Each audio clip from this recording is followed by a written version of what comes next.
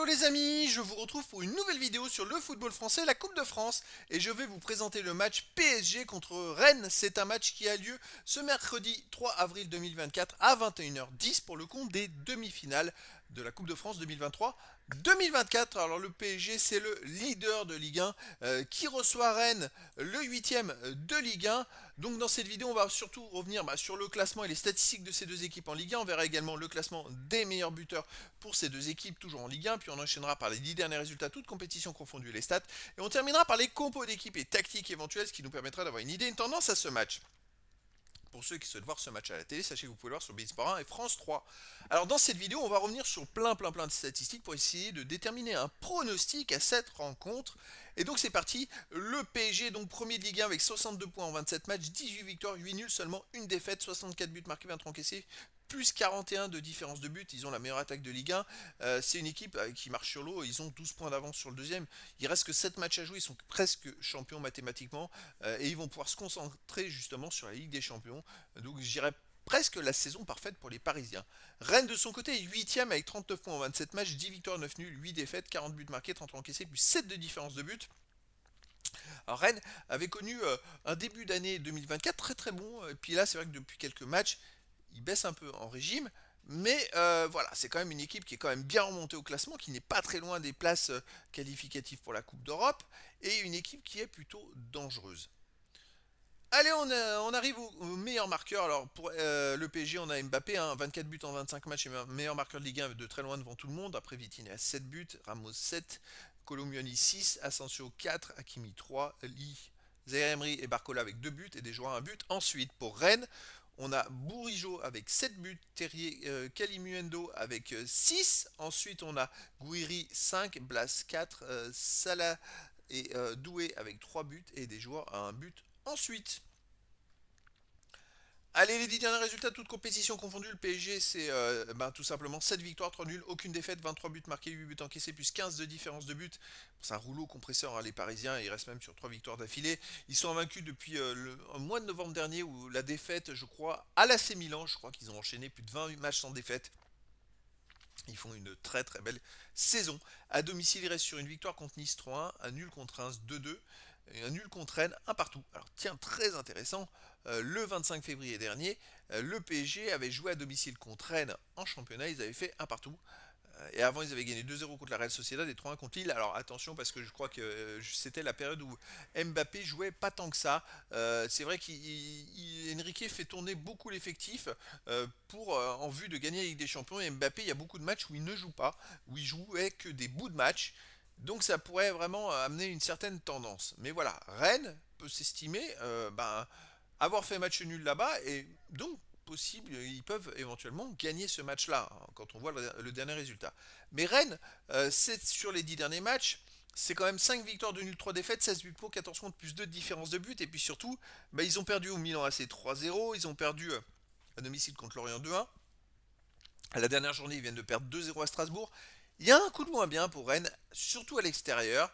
Alors je ne sais pas si c'est physique, mais ils ont enchaîné beaucoup de matchs avec la Coupe d'Europe, la Coupe de France, le championnat. Ils étaient très très bien ce début d'année 2024. Et là, je trouve qu'il y a une petite baisse, même s'ils continuent à gagner des matchs quand même, hein. Avant, ils ont battu Marseille à domicile 2-0. Mais là, cette défaite à Strasbourg 2-0, on a senti qu'ils étaient fatigués. Et avant, ils ont perdu 2-1 contre Lorient aussi. Voilà, donc c'est une équipe, je dirais, c'est vrai qu'ils avaient perdu 3-0 à Milan. Après, au match retour, ils ont gagné 3-2 en ultra dominant le Milan AC. Ils ont fait un match époustouflant physiquement, ils avaient été exceptionnels. Et après, ils ont fait un partout au PSG, donc ils enchaînaient quand même les résultats intéressants. Moi, pour moi, je pense que Paris est favori dans cette rencontre, mais que Rennes a ses chances et que les pourcentages, pour moi, c'est peut-être 80% de chances pour le PSG de se qualifier, 20% de chances pour Rennes de se qualifier.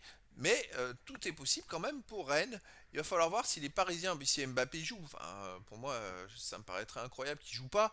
Le but quand même, c'est de gagner des titres. Donc, s'il joue et que derrière il y a l'équipe qui fait le boulot, après, attention, il y a aussi quelque chose qui pénalise les Parisiens, c'est que Barcola, le jeune qui joue, qui était devenu titulaire d'ailleurs avec Enrique, s'est blessé avec l'équipe de France Espoir. Donc je ne sais pas quand est-ce qu'il reviendra et s'il pourra jouer. Et sans Barcola, c'est pas la même chose, même si on dit il rate beaucoup d'occasions et tout ça. En fait, il est tellement percutant quand il est sur le terrain qu'il est dangereux. Et comme il est là sur le terrain, en fait, les défenseurs ne peuvent pas le laisser. Donc en fait, quand il joue, Barcola, il est obligé d'attirer des défenseurs. Et c'est ce qui fait que ça donne plus d'espace à Mbappé que quand il joue pas. Et le fait qu'il soit là, rien que par sa présence, Mbappé est meilleur. Et ça, c'est-à-dire ça se constate, hein, parce que Mbappé il marque but sur but quand il joue avec Barcola. Et ça, c'est très important à souligner. Et donc là, la blessure de Barcola peut tout changer. Et ça pourrait être la chance de Rennes, justement, que Mbappé rate son match, parce ils auront plus à se focaliser sur Mbappé. Après, voilà, moi pour moi, le PSG favori, il y a peut-être du 80-20, c'est-à-dire que j'estime qu'ils vont peut-être avoir, on va dire, 16 occasions de but, et les Rennais que 4 occasions de but. Je parle en termes d'occasion. Et donc après, ben, il faut les marquer les occasions de but. Donc le PSG a 4 fois plus de chances d'en marquer que Rennes.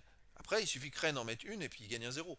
Voilà. Mais d'un point de vue probabilité, moi ça tend là-dessus, sur ce type de probabilité. Allez, les compos d'équipe et tactique. Alors pour le PSG, on aurait du 4-3-3 avec gardien Donnarumma, défense Hakimi, Marquinhos, Lucas Hernandez, Nuno Mendes, milieu de terrain Ugarte, Vitinha, Fabien Ruiz, attaquant Dembélé, Gonzalo Ramos et Mbappé. Donc Barcola, qui est blessé, ne sera pas là. C'est donc Mbappé qui va sûrement jouer à gauche, puisque Gonzalo Ramos devrait être avant-centre. À noter que Zaire Emery ne sera pas présent, et donc il va falloir voir comment les autres joueurs vont se comporter. Côté Rennes, on aurait du 4-4-2 avec gardien Mandanda, défense Doué, Bélocian, Théâtre, Truffert, milieu de terrain Bourigeau, Santa Maria, Doué et Terrier, attaquant Calimuendo et Gouiri. Alors, voilà, le retour de Terrier sur blessure a quand même changé tout dans cette équipe, hein. C'est-à-dire que c'est vraiment le joueur qui manquait. En début de saison, jusqu'en novembre-décembre, ils n'ont pas été grandioses Rennes. Et son retour de blessure, alors il a fallu qu'il reprenne le rythme, hein, bien sûr. Mais d'un côté psychologique, ça, je dirais, hissé le niveau de ses coéquipiers. Il y a eu aussi le changement d'entraîneur, parce que Genesio a été remercié, et puis je crois que c'est Stéphane qui est revenu. Et donc, tout ça fait que Rennes est une équipe beaucoup plus performante. Effectivement, ils ont eu quelques ratés en championnat, mais avec l'énergie, l'adrénaline, ils sont capables de faire quelque chose. Donc pour moi, ça ne serait pas forcément une surprise s'ils allaient faire un résultat à Paris, même si Paris a plus de probabilités statistiques de l'emporter que Rennes.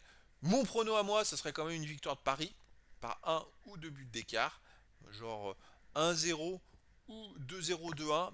Je vois pas plus de buts que ça, hein. J'aurais du mal à penser plus de buts. Mais après, dans le foot, tout est possible. Et donc, les amis, je vous donne rendez-vous ce mercredi 3 avril 2024 à 21h10 pour le match de demi-finale de la Coupe de France 2023-2024. Le PSG Premier Ligue 1 reçoit Rennes, le 8e de Ligue 1. Voilà les amis, je vous dis à très bientôt pour une nouvelle vidéo.